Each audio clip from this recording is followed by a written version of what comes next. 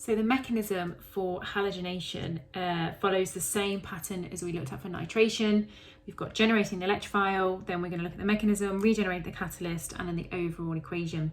So we've already looked at generating the electrophile, and in this example, I'm going to use bromine as the halogen. So we're going to be doing bromination of benzene. So to generate the Br plus electrophile, we take the halogen carrier catalyst and we react it with the halogen to produce AlBr4- and the electrophile. Now we've produced the electrophile, we can use it in the mechanism. So curly arrow from the ring to the electrophile. So an electron pair is going from the ring to the electrophile. This will create our reactive, unstable reactive intermediate that's now electron deficient. So the ring is electron deficient, shown by the positive charge. The electrons in the carbon-hydrogen bond then, so that bond will break, and the electrons in that bond will go into the ring to replenish the electrons in the pi system of the ring, and the H plus then has now been detached from the ring because that carbon-hydrogen bond has broken as a result. So we've made bromobenzene. Now we need to show how the catalyst is regenerated. So we've formed this AlBr4- in the process of generating the electrophile. So to get the AlBr3 back, we react this with the H plus that's formed in the mechanism to produce AlBr3, so we've regenerated our catalyst, and then the byproduct of this reaction will be hydrogen bromide. So the overall equation will look like this, remembering that the reagents we're reacting together are benzene and bromine. We're using a halogen carrier catalyst of aluminium bromide to produce bromobenzene and hydrogen bromide. Now, if we wanted to add chlorine to the benzene ring, so chlorination, everything would be exactly the same, but obviously this time the Br swaps for Cl. So there are the different stages and steps involved for adding chlorine to the benzene ring. Now, alkylation is another reaction of benzene. And for those who take OCR, you do not actually need to be aware of the mechanism for this. So you can sort of ignore the mechanism and perhaps skip to the overall equation. So those that are taking OCR will need to know an overall equation for this reaction. So alkylation then is when we substitute an alkyl group onto the benzene ring, and an alkyl group is methyl, ethyl, propyl, butyl, so on and so forth. So we're adding a CH3, which is methyl, CH2, CH3.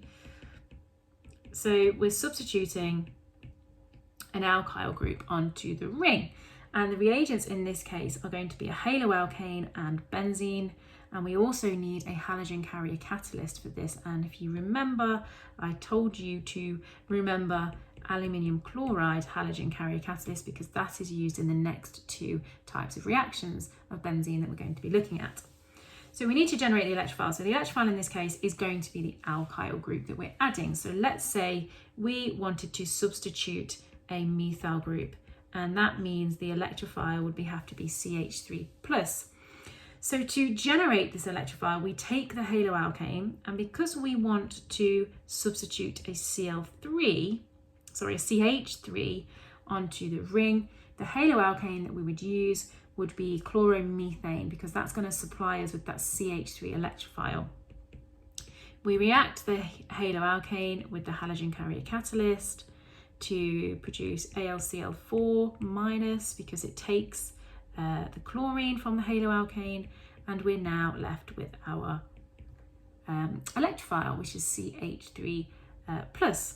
So we can now, looking at the mechanism, substitute it onto the ring, curly arrow from the ring to the electrophile, destabilizes the ring, so the electrons in the carbon-hydrogen bond will go into the ring and that bond will break, leaving us with methyl benzene and a H+. So again, we need to show how the catalyst can be regenerated. So we take the AlCl4- that's produced when generating the electrophile, That will react with the H plus that's formed in the mechanism to produce ALCl3. So our catalyst has been regenerated, and there is a byproduct for this reaction, which is HCl.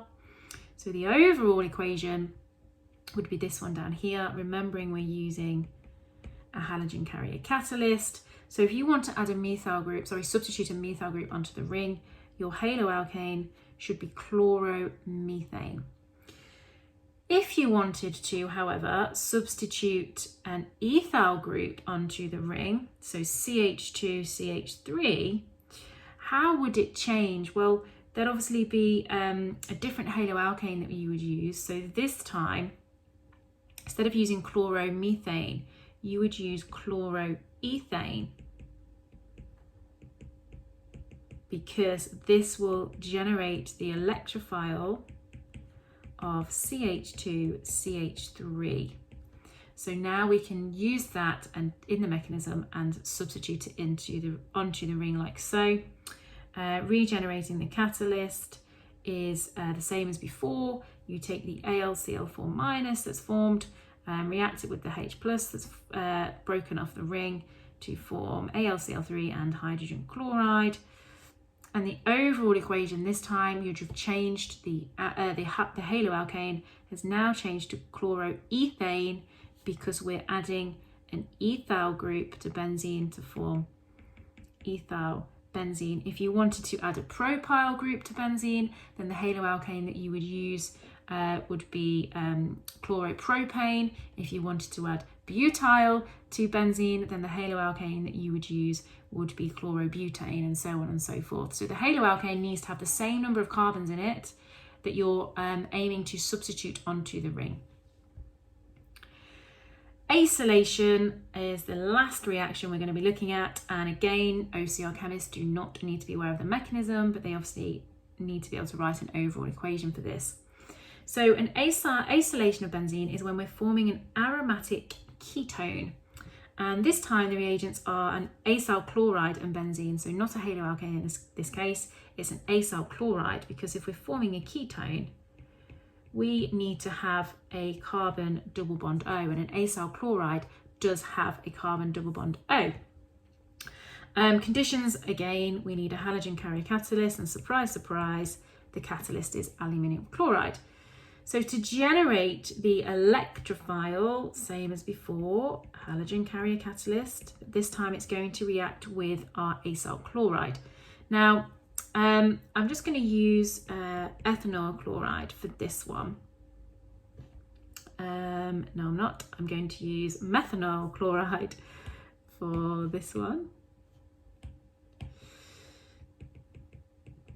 because when we react those two together, obviously the halogen carrier catalyst is going to take the chlorine to form AlCl4-, and that's going to leave us with this electrophile here.